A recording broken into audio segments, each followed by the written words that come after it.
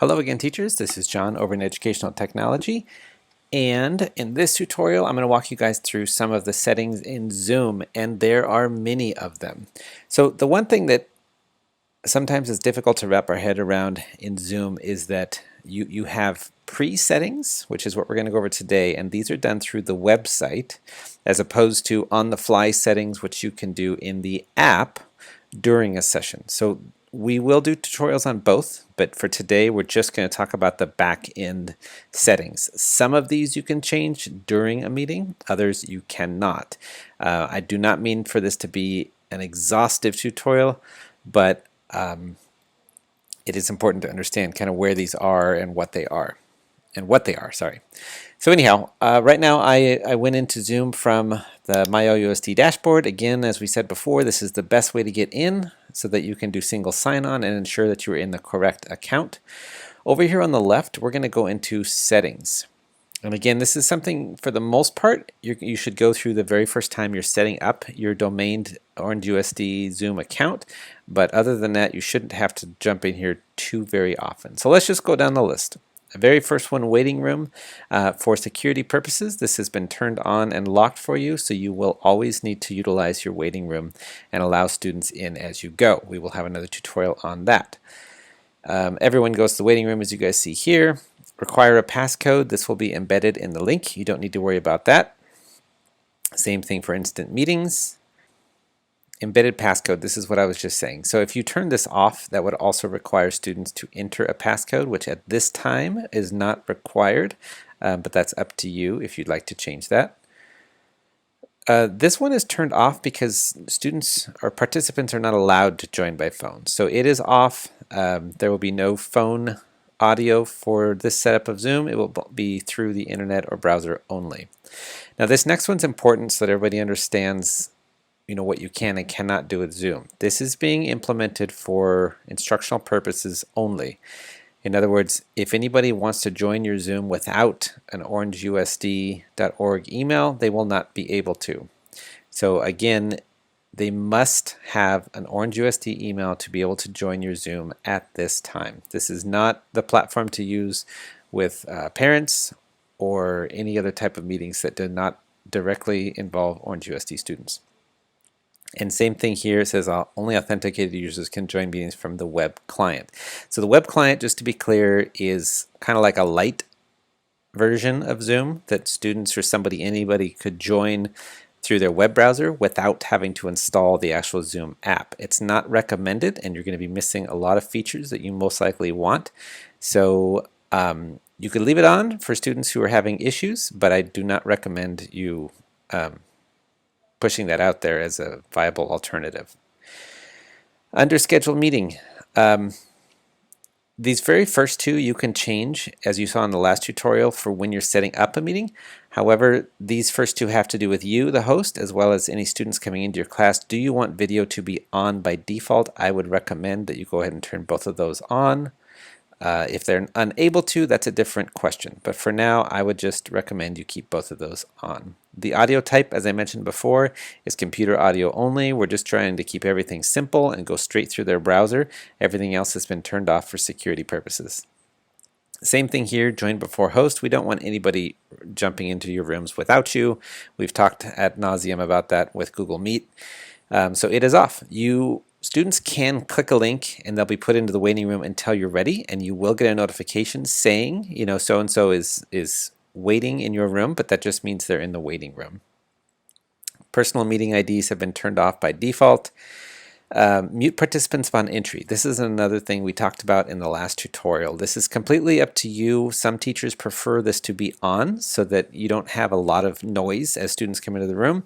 Other teachers would prefer it to be on until they are ready to start instruction, at which time you could then either mute everybody or ask them to mute themselves. So this is totally up to you, but that's what that does, is when they come in muted.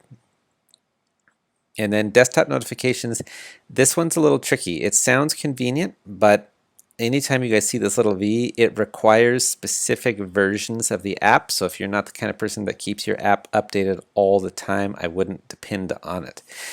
More than likely, the best scenario for most of us is to add the meeting to our Outlook calendar, so you're getting reminders through Outlook and not through Zoom.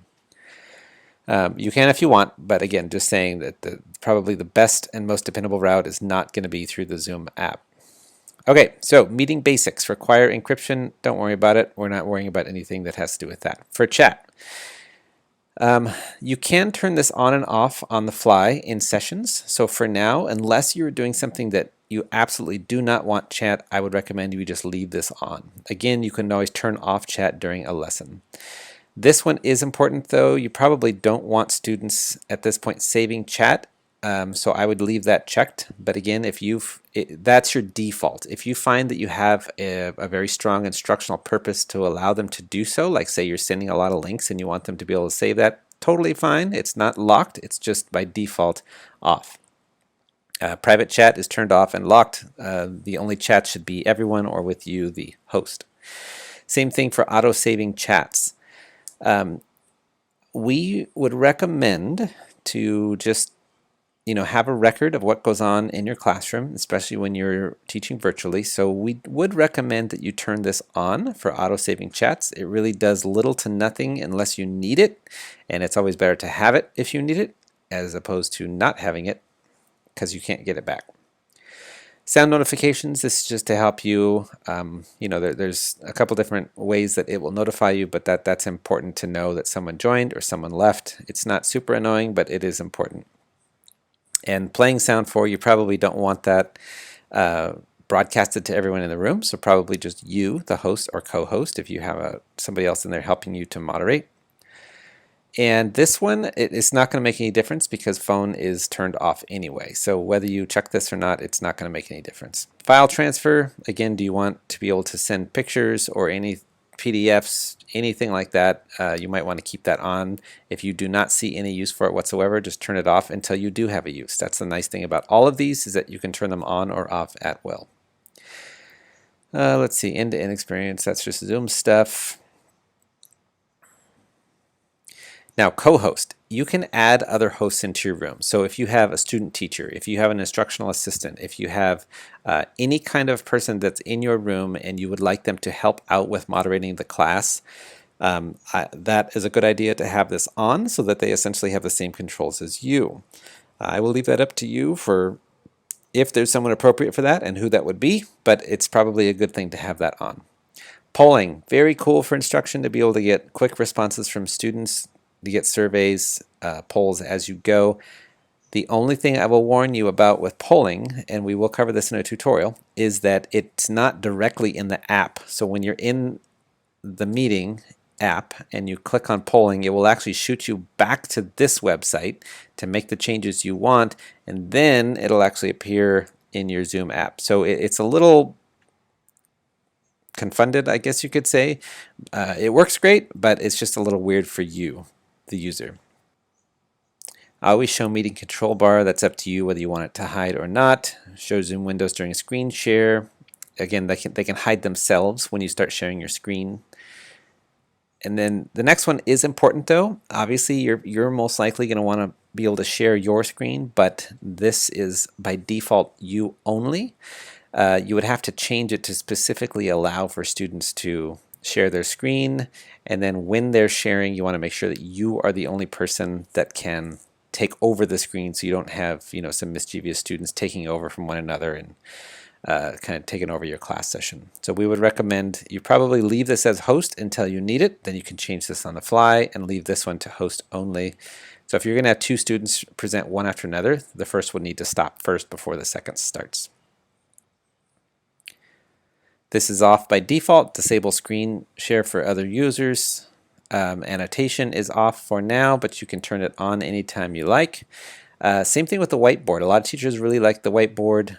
It's pretty basic. If you're looking for more useful whiteboards, probably recommend that you look into Jamboard or whiteboard.fi or something else that has a little more functionality to it, but it is useful if you like, so you can always turn that on. That is up to you. Remote control, this is actually a kind of cool feature if you need to literally control someone else's device or let them control your device. I would personally leave it off until you know that you actually need it, and then you could play with turning it on. Nonverbal feedback and reactions, if you guys are used to using something like Nod in Google Meet, this is very cool where they can give you immediate feedback without having to use their voice or interrupt your class time with emojis and other expressions. Allow participants to rejoin. Probably not. Typically, if we boot somebody out, we did it for a reason. So I would recommend you leave this off, and then you can personally invite students back in or the next day. Now, the next one, allowing participants to rename themselves. This is turned off and this is locked. Remember, everything here is set up for security purposes and privacy purposes. So when a student joins your room, you need to know who that student is. You need to know that they are an OrangeUSD student, and you need that's why that's off. So just be aware that, again, they have to be an OrangeUSD, and it has to show their name, period. There's no changes to that.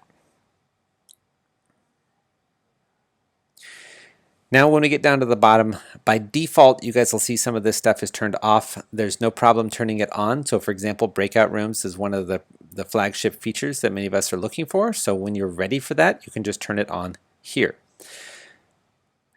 When it comes to closed captioning, unfortunately, Zoom does not do any kind of automatic closed captioning. So if that's a need you have, you will need to assign it to a specific person in the room, and they would then begin typing in your closed captions as you go.